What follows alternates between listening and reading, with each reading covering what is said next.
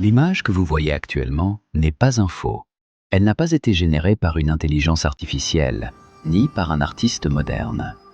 Elle date du 2 mai 1972, publiée dans le magazine italien La Domenica del Corriere. Et selon les archives que nous avons exhumées, elle montre la crucifixion du Christ, photographiée en temps réel. Mais comment une photo de l'an 33 peut-elle exister dans un dossier des années 50 ? La réponse tient en un mot, le chronoviseur. Pour comprendre, il faut oublier tout ce que vous savez sur le voyage dans le temps. Pas de DeLorean, pas de vortex, juste de la physique pure et une théorie terrifiante. Rien ne disparaît jamais vraiment. Tout commence avec un homme, Père Pellegrino Ernetti. Dans les années 50, Ernetti n'est pas un simple moine bénédictin. C'est un musicologue de génie, obsédé par la musique pré-chrétienne, et un physicien quantique respecté. Son obsession ? Il veut entendre une tragédie perdue, le Tieste du poète romain Quintus Ennius, joué pour la dernière fois à Rome en 169 avant Jésus-Christ. Il pense que les ondes sonores ne s'effacent pas. Elles s'atténuent, mais restent gravées dans l'éther, comme une signature énergétique éternelle. Il en parle à ses amis, et ses amis ne sont pas n'importe qui.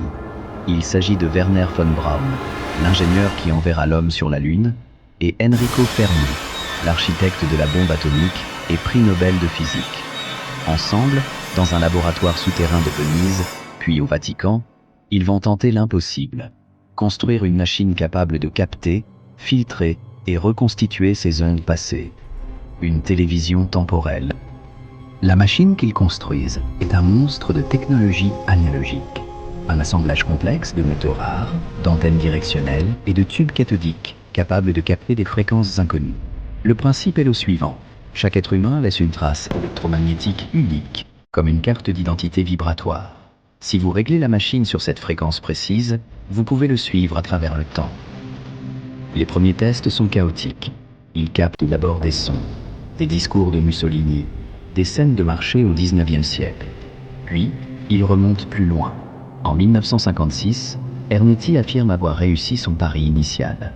Il entend et enregistre la tragédie perdue de Tieste. Il transcrit le texte, la musique, les intonations. Les spécialistes de l'époque sont stupéfaits. Le latin entendu utilise des prononciations archaïques que personne ne connaissait au XXe siècle. Fort de ce succès, le Vatican ordonne la mission ultime. Ils ne veulent plus seulement entendre, ils veulent voir. La cible est verrouillée. Jérusalem, année 33, la Passion du Christ. Ce qu'ils vont voir va les traumatiser à jamais.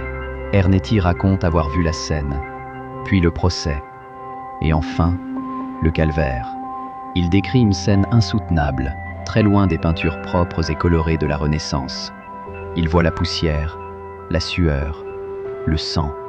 Il dira plus tard « Nous avons vu l'agonie d'un homme, pas la gloire d'un Dieu ».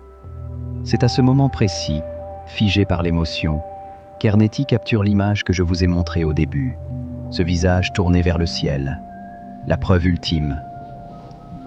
Mais une telle puissance a un prix.